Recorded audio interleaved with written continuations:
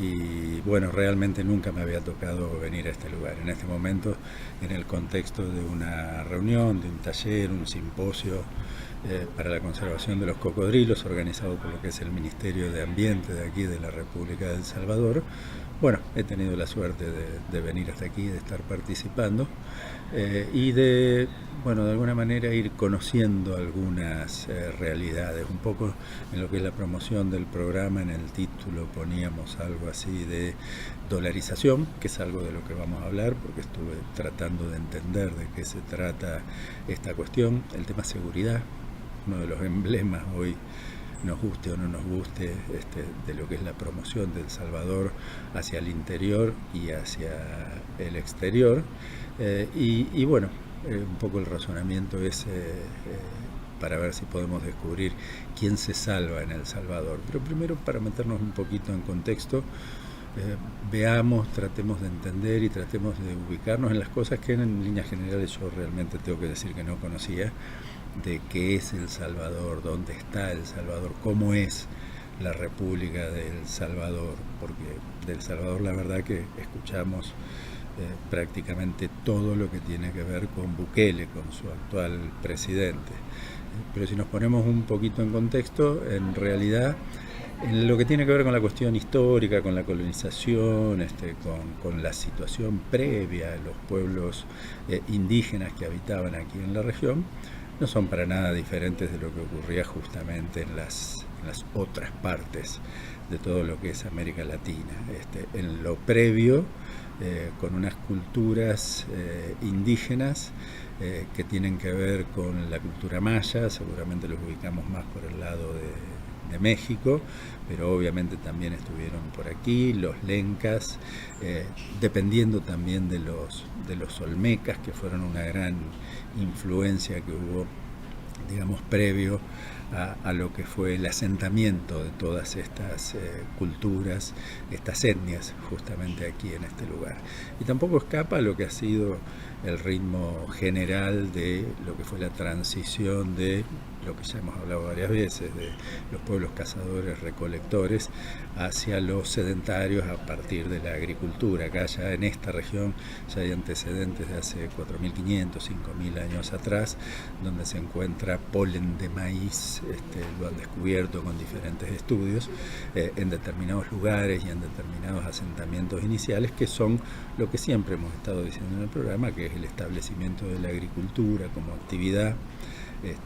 que ha generado que la gente pueda quedarse en el lugar y empezar a constituir las ciudades. Así que tenemos ya asentamientos reconocidos, históricos, con muchos hallazgos de cerámica de diferentes tipos y calidades que también nos hablan de pueblos sedentarios y absolutamente establecidos. Así que esto prácticamente que no escapa a la realidad de ninguno de los otros países y las otras geografías que podemos encontrar aquí en nuestra región. Lo cierto es que la colonización española aquí se inició con lo que primero fue la invasión y luego fue la conquista española. Esto ocurrió aquí a partir del año 1520. Tomé nota de una particularidad porque hubo varios intentos por fundar la ciudad de San Salvador, que es justamente la capital de El Salvador, y se ve que había una familia, los de Alvarado, aquí lo anoté, que se había ensañado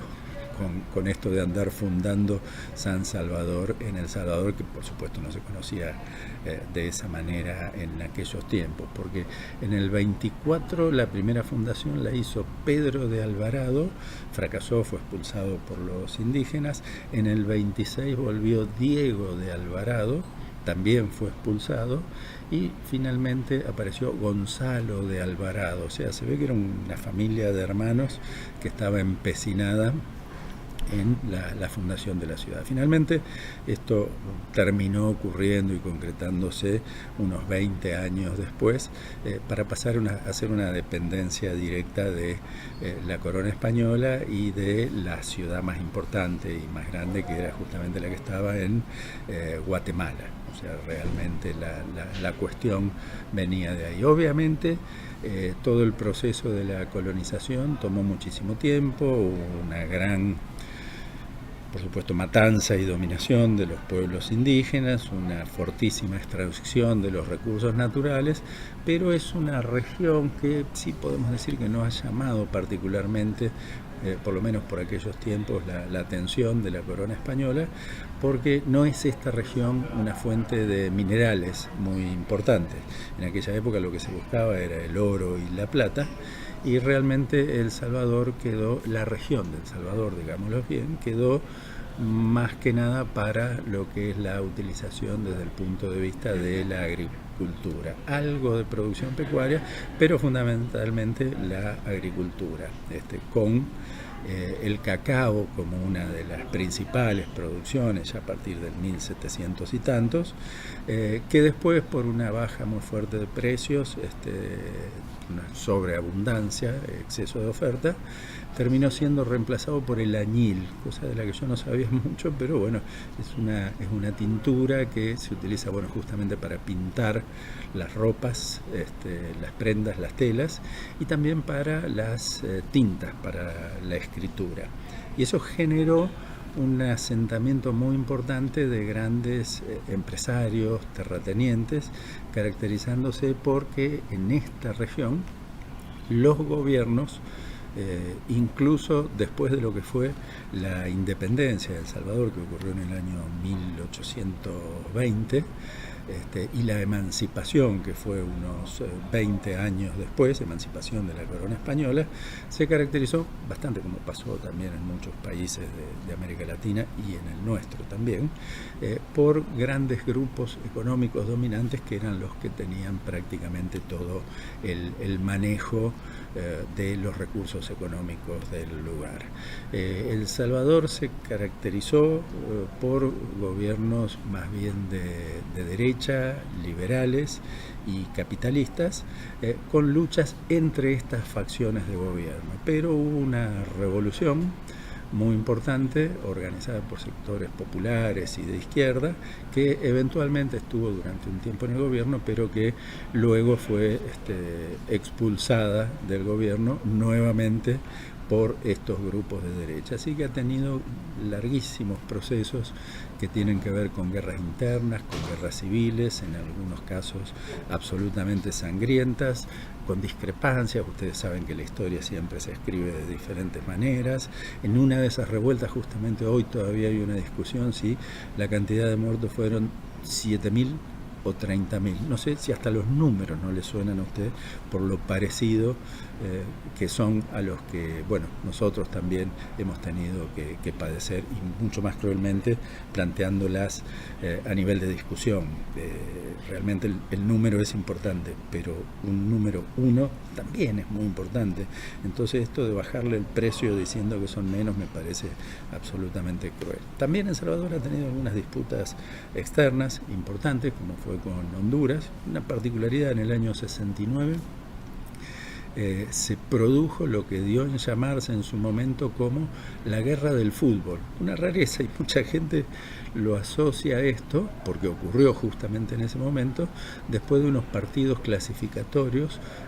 para lo que fue el Mundial 70. El Mundial 70, si no me equivoco, fue en México. Creo que fue en México, pido disculpas si me estoy equivocando, pero bueno, para ese mundial hubo una clasificación donde primero ganó El Salvador, después en el partido revancha ganó Honduras, y hubo que hacer un partido de desempate en México, donde terminó imponiéndose El Salvador y se clasificó. Obviamente la guerra no se produjo por el fútbol, pero se produjo un par de semanas después de la clasificación de El Salvador, ante una situación que ya venía de muchísimo antes y tenía que ver justamente con estos grupos terratenientes que controlaban la economía tanto de Honduras como de El Salvador, y una masa de gente muy importante, se estima que entre 300 y 500.000 personas, que eran los campesinos, condenados a ser campesinos desde el momento que nacían y hasta el día que se morían, que eran expulsados del país en el que estaban. Originalmente eran de El Salvador, emigraron a Honduras, después de Honduras los empezaron a expulsar. En algunos casos hay identificadas grandes matanzas de estos grupos campesinos, porque lo que buscaban los gobiernos, a partir del impulso que le daban a los gobiernos estos grupos terratenientes, era que estos grupos de campesinos no generaran revueltas y no generaran revoluciones, pidiendo por lo que sin ninguna duda eran sus justos derechos y reclamos. Entonces esto de estar tirándose de un lado a otro los campesinos generó una tensión muy fuerte entre ambos países, que terminó en una guerra que también, además de ser conocida como la guerra del fútbol, también muchos la conocieron como la guerra de las 100 horas, porque fue lo que duró el conflicto bélico, independientemente desde que mucho tiempo antes estaba muriendo gente y durante mucho tiempo después también siguió muriendo muchísima gente. En esta reunión en la que estoy ahora, que tiene que ver con la conservación de los cocodrilos, también participó el ministro de Ambiente de aquí de la República de El Salvador, obviamente del gabinete del presidente Bukele, una personalidad interesante. Me tocó compartir con él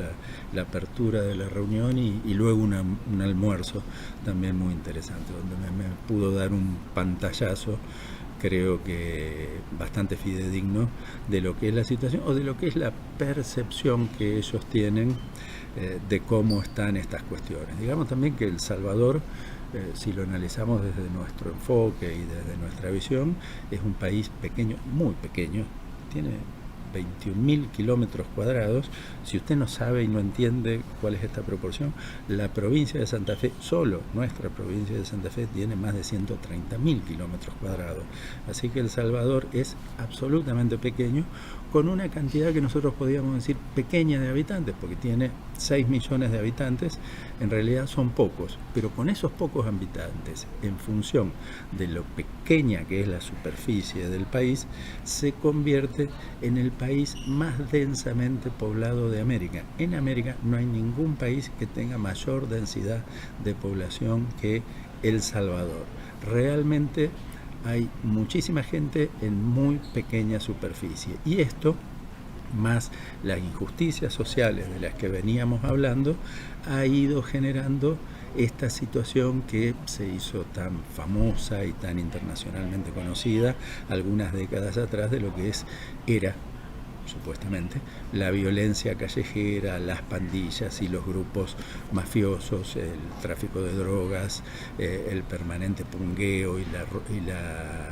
la droga prácticamente en las calles, con una situación social absolutamente deteriorada. ¿Qué es lo que termina generando eso? Bueno,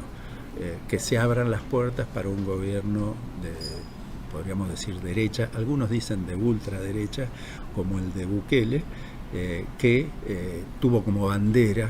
el tema de solucionar la violencia que existía en las calles, ya asumiendo un país que estaba dolarizado. Algunos tienen alguna confusión, la dolarización no viene del gobierno de Bukele, la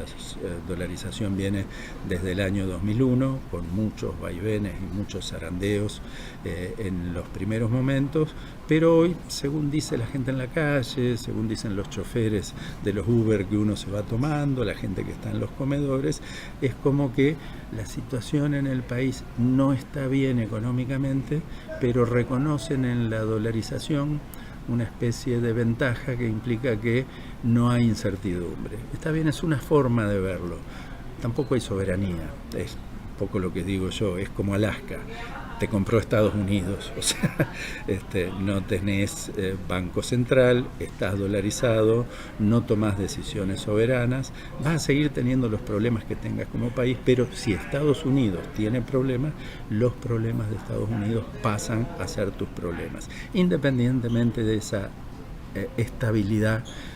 que sin ninguna duda termina siendo una valoración. Pero volviendo al tema de Bukele y al tema de la seguridad, tomó estas medidas tan drásticas y tan terribles, si ustedes quieren, si lo mirás desde otro lugar,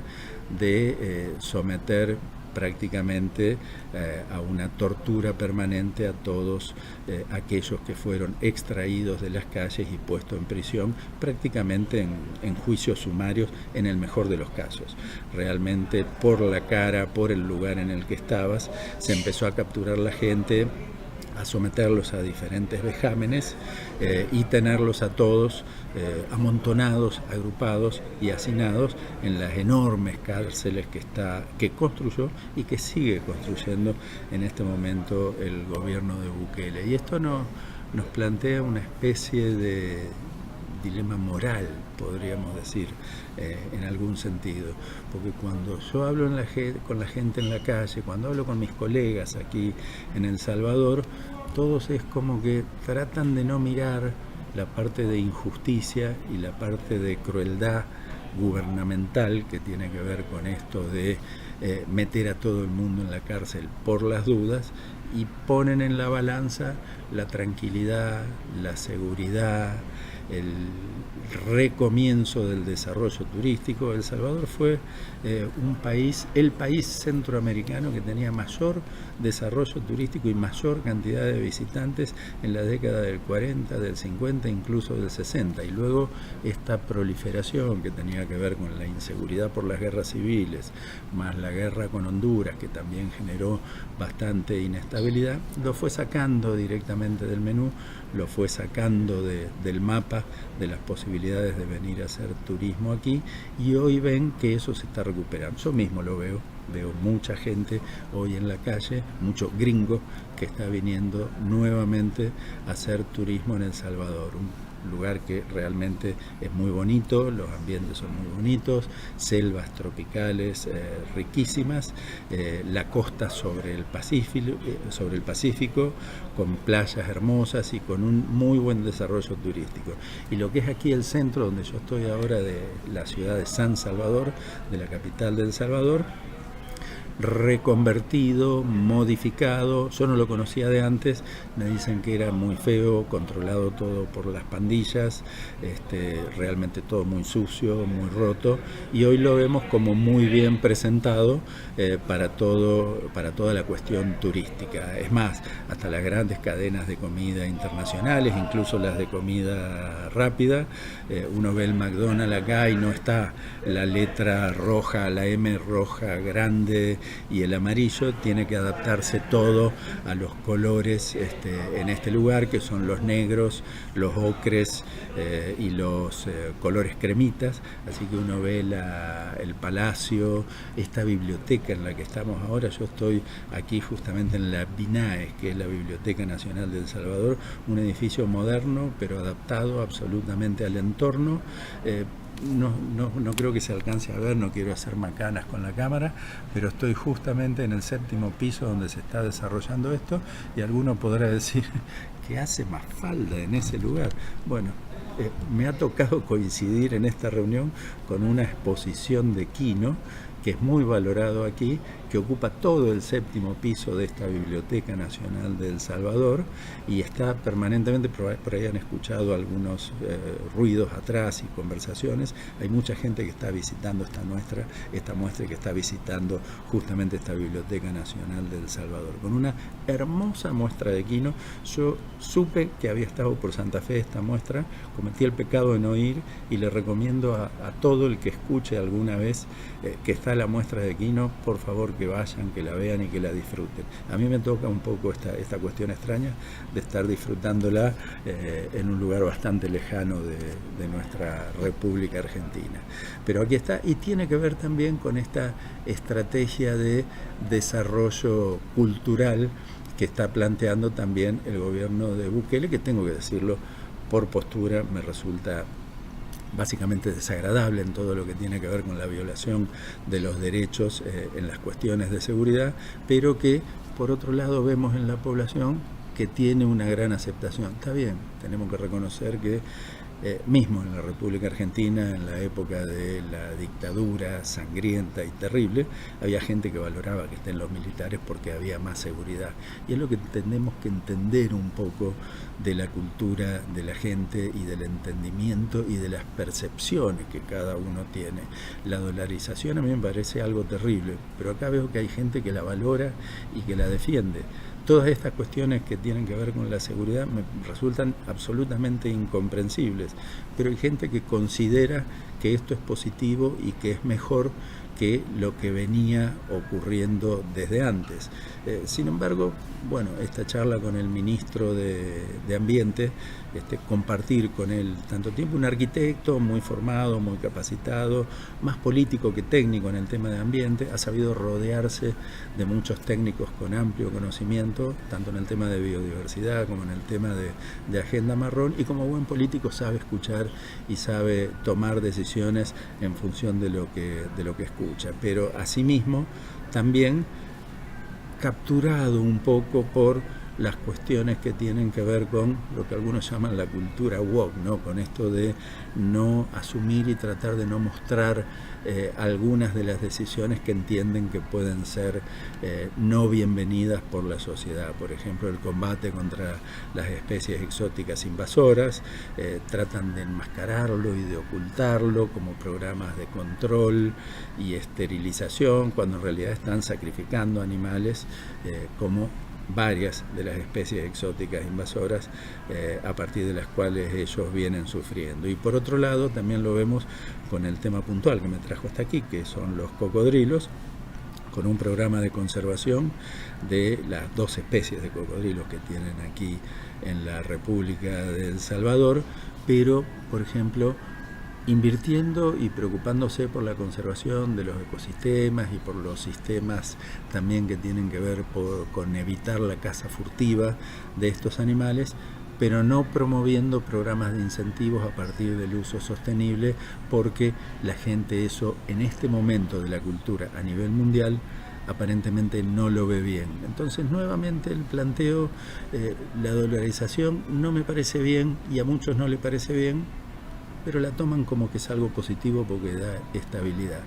El tema de la seguridad de ninguna manera me parece bien, a muchísima gente le parece que no corresponde, pero lo toman como que es algo que puede servir para generar más sensación de bienestar y de seguridad. Y el tema de la conservación, el uso sustentable, a muchos les parece bien y estarían de acuerdo, pero no se habla mucho de ese tema porque a la gente,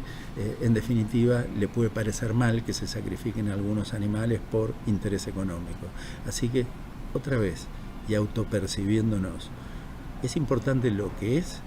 o es importante lo que a nosotros nos parece que van a pensar los demás de lo que nosotros hacemos o defendemos? A ver si lo discuten un poquito entre ustedes. Espero que nos veamos la semana siguiente.